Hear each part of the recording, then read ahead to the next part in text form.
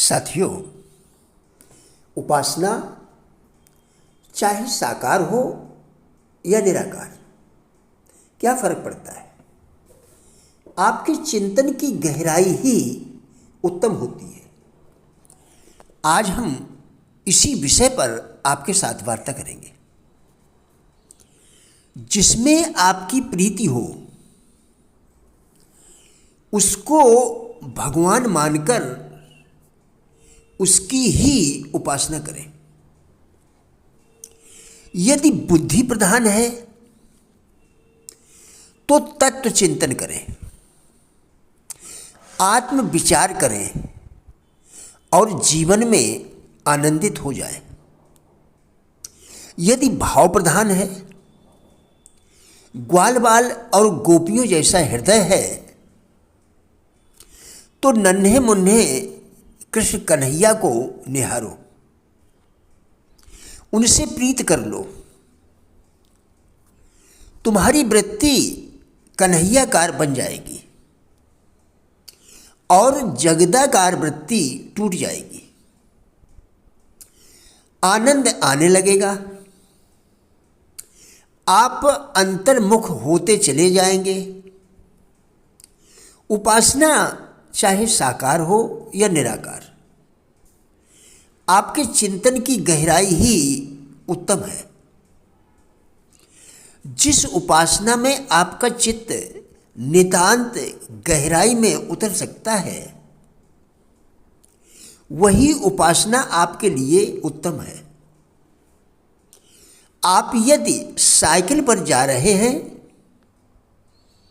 तो प्रति घंटा 15 किलोमीटर की गति ही उत्तम है। कार में जा रहे हैं तो 60 किलोमीटर प्रति घंटा की गति ही उत्तम है। और यदि पैदल जा रहे हैं तो 5 किलोमीटर प्रति घंटा की गति उत्तम है। आपके पास चित्त कैसा है, समझ कैसी है, वातावरण कैसा है, इसी पर आपकी यात्रा निर्भर करती है। वालिया लुटेरा का मंत्र था मरा मरा, ध्रुव का मंत्र था ओम नमो भगवते वासुदेवाय। धन्ना जाट को गुरु ने भांग घोंटने का सिलवट्टा देते हुए कहा था, नहा के नहलइयो खिलाए के खिलइयो, नहा के नहलइयो खिला के खइयो। धन्ना जाट को भगवान की मूर्ति पर पूरा आस्था थी। उसने स्नान करके भगवान को स्नान कराया, फिर भगवान को भोग लगाया। अब मूर्ति क्या भोग लगाए, लेकिन धन्ना के हृदय में कतई संदेह नहीं था। भगवान से बोला, अब भोग लगाने आते हो कि नहीं। भगवान मूर्ति से प्रकट हो गए। ऐसा मंत्र था धन्ना जाट का, उसके लिए वही उत्तम था।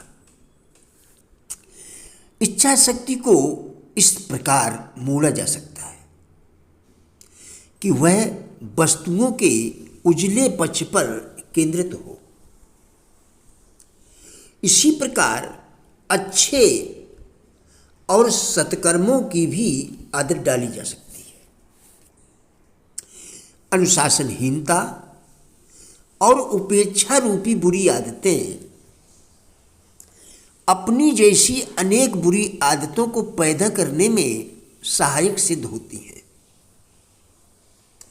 और आपके सारे व्यक्तित्व को अपना शिकार बना लेती हैं। 1 करोड़पति कमरे से उठकर जितनी बार बाहर जाता, उतनी बार कमरे की बिजली लाइट बुझा देता, जबकि दूसरा करोड़पति कमरे में अधिक प्रकाश रखता। दूसरे ने कहा, जब आंखें खराब हो जाएंगी तो अधिक पैसा लगेगा, इससे तो अच्छा है अभी थोड़ा सा खर्च कर लिया जाए। दब्बू और लज्जाशील व्यक्तियों के लिए अपने आप से बातचीत करने से बढ़कर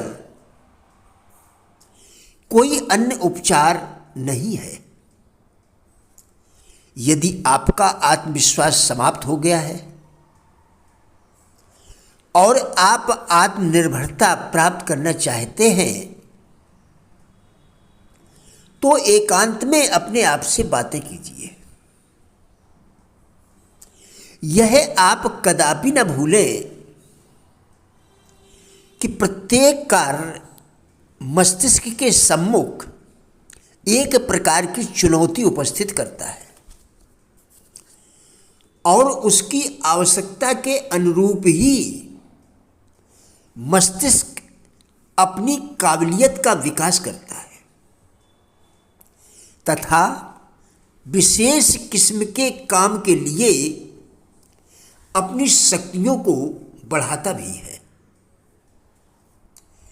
पुरोहित, वकील, व्यवसायी एवं भवन निर्माण विशेषज्ञ की आवश्यकताएं अलग अलग होती हैं, अतः उनका मस्तिष्क भी उन्हीं आवश्यकताओं के अनुरूप विकसित होता है। मुझे एक साधारण सा प्रश्न पूछने दें कि जिंदगी के मायने क्या है। जिंदगी का अर्थ अलग अलग लोगों के लिए अलग अलग है। कुछ के लिए गम, कुछ के लिए खुशी। कुछ लोग कहते हैं जिंदगी संघर्ष का नाम है, जबकि कुछ लोग इसे खेल मानते हैं। हमारे लिए जिंदगी 6 तारों वाले गिटार की तरह है। अगर एक भी तार ढीला हो जाए या टूट जाए तो क्या गिटार में अच्छा स्वर निकलेगा? हमारी जिंदगी में भी 6 तार होते हैं: शारीरिक, मानसिक, आध्यात्मिक, घर, व्यवसाय और समाज। हमें इन सभी पर ध्यान देना चाहिए, तभी हम जिंदगी को खुशियों से जी सकते हैं। स्वयं से कुछ गंभीर सवाल पूछें। क्या आप पूर्ण और संतुलित जीवन जी रहे हैं? क्या आप मानसिक रूप से सावधान और आध्यात्मिक रूप से जागृत हैं? कहीं आपका परिवार उपेक्षित तो नहीं हो रहा है? क्या आपका कोई दोस्त है जिसके साथ आप अपने दिल की बातें और भावनाएं साझा करते हैं? प्रिय साथियों, राजेंद्र बल्हाटिया यूट्यूब चैनल के सभी वीडियोस एक अच्छी जिंदगी जीने के लिए अत्यंत ही उपयोगी है। हमारा विश्वास है कि इस चैनल के सभी वीडियोस आपको जरूर अच्छे लगेंगे। कृपया चैनल को सब्सक्राइब करें, जिससे इसी प्रकार के और भी वीडियोस आप लगातार देखकर अपने विचारों में परिवर्तन कर सकें।